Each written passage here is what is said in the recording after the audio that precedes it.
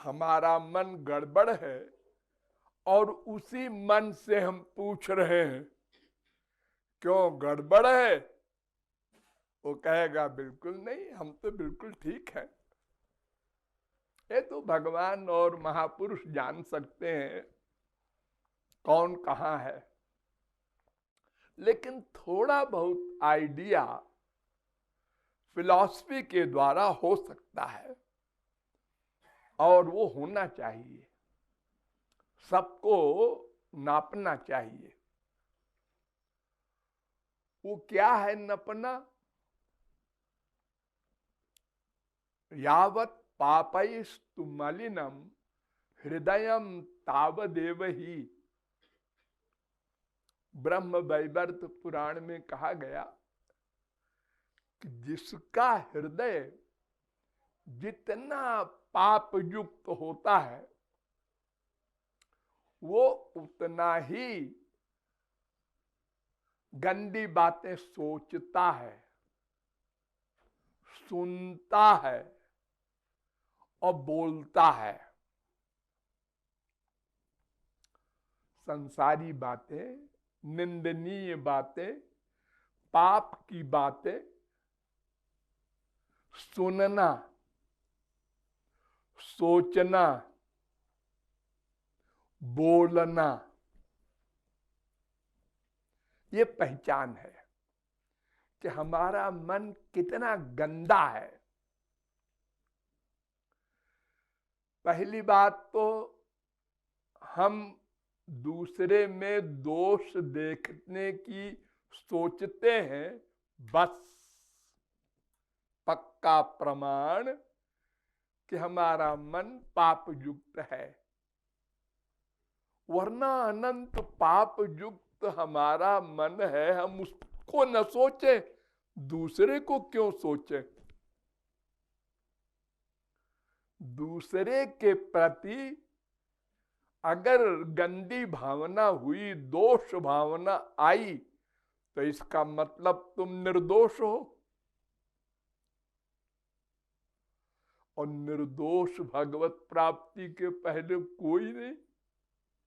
फिर तुम्हारे मन ने क्यों सोचा दूसरे में दोष?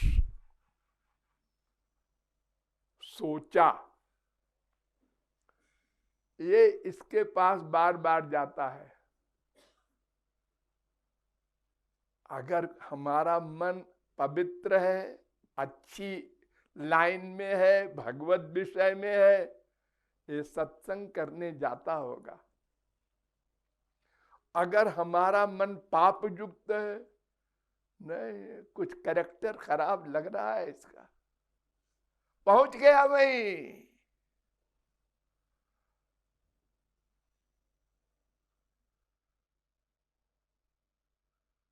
हो सकता है इसी गड़बड़ में नामापराध भी कर बैठे, और अपना क्या फायदा हुआ और नुकसान हो गया। गंदी बात सोचा, और सोचा तो सोचा, उसके बाद है सुनो, वो उसके पास पहुंच जाता है और पाप हो गया। अब उसने उससे कहा सुनो जी, उसके पास वो 24 घंटे रहता है, और आगे बढ़ा दिया, तमाम का नुकसान कर डाला उस एक मूर्ख ने। अपना ही नहीं किया, औरों से कह के और पाप कर डाला।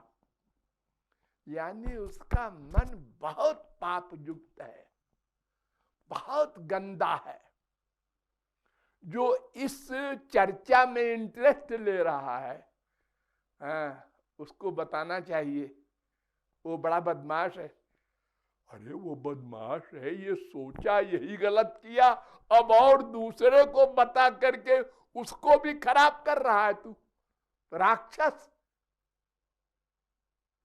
वो बेचारा अच्छा खासा बैठा है, भगवान का चिंतन कर रहा है, अब उसे कहते हैं सुनो सुनो वो ऐसा है। ये सब क्रियाएं हमारे मन में, व्यवहार में जो आती है, उससे हमको रीड करना चाहिए कि हमारा मन बहुत पाप युक्त है, हमने कुछ साधना नहीं की,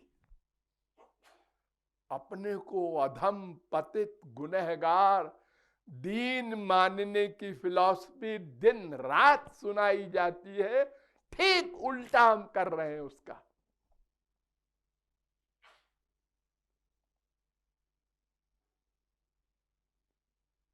हमारा मन एक बर्तन है, एक गंदा कपड़ा है तमाम जन्मों का, हमको उसे साफ करना है। साफ करने की के लिए निर्मल पानी चाहिए, और निर्मल पानी माने भगवान और गुरु, ये दो निर्मल हैं। इनको लाओगे जितनी बार, मन की गंदगी शुद्ध होगी। और अगर गंदी बातें लाओगे मन में तो और गंदा होगा। बड़ी सीधी सी बात तो है। तो 5 मिनट सोते समय सब लोग सोचा करो, आज हमने गंदी बात कहां कहां सोची, क्यों सोची। दूसरे में गंदगी सोची, इसका मतलब इतना अधिक गंदा मन है हमारा कि हमको फुर्सत है दूसरे की गंदगी सोचने की। और आजा, हमारे मन में अभी कम पाप है।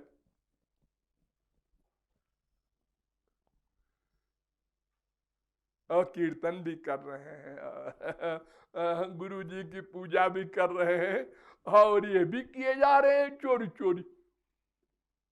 यानी 2 पैसा कमाया, 2 रुपया खर्चा किया, और हम सत्संग किए हैं। घर छोड़ के बैठे हुए लोग ऐसी पाप करते हैं, जिनका जीवन, हम तो त्यागी हैं, सन्यासी हैं, भगवत विषय में ही रहते हैं, लेकिन हमारा मन गंदगी में रहता है।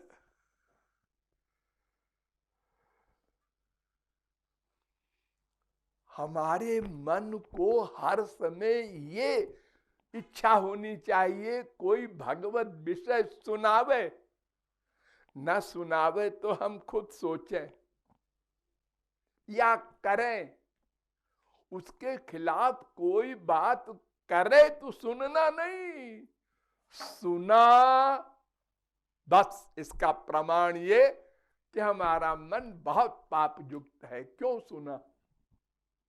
सुना क्यों? सुनने में अच्छा लगा, हाँ अच्छा लगा, और पक्का प्रमाण, वो लड़का ऐसी है, वो लड़की ऐसी है, वो उसका कैरेक्टर खराब है, वो बड़ा बदमाश है।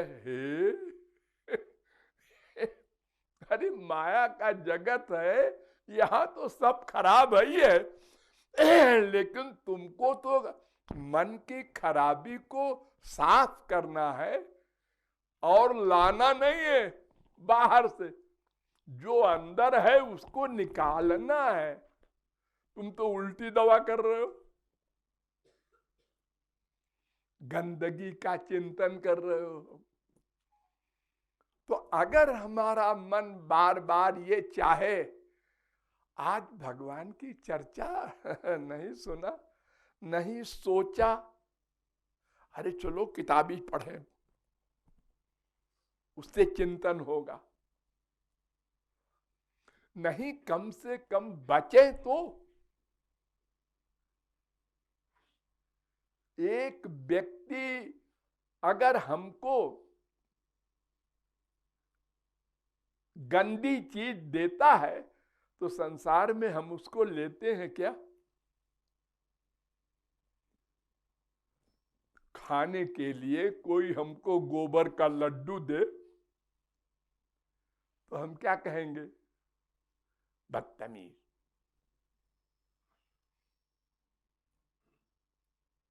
और ये दूसरे की दी हुई गंदगी हम खाए जा रहे हैं ठाट से। और सत्संगी है, घर छोड़ के बैठे हैं, महाराज जी के साथ रहते हैं हमेशा और पाप किए जाते हैं।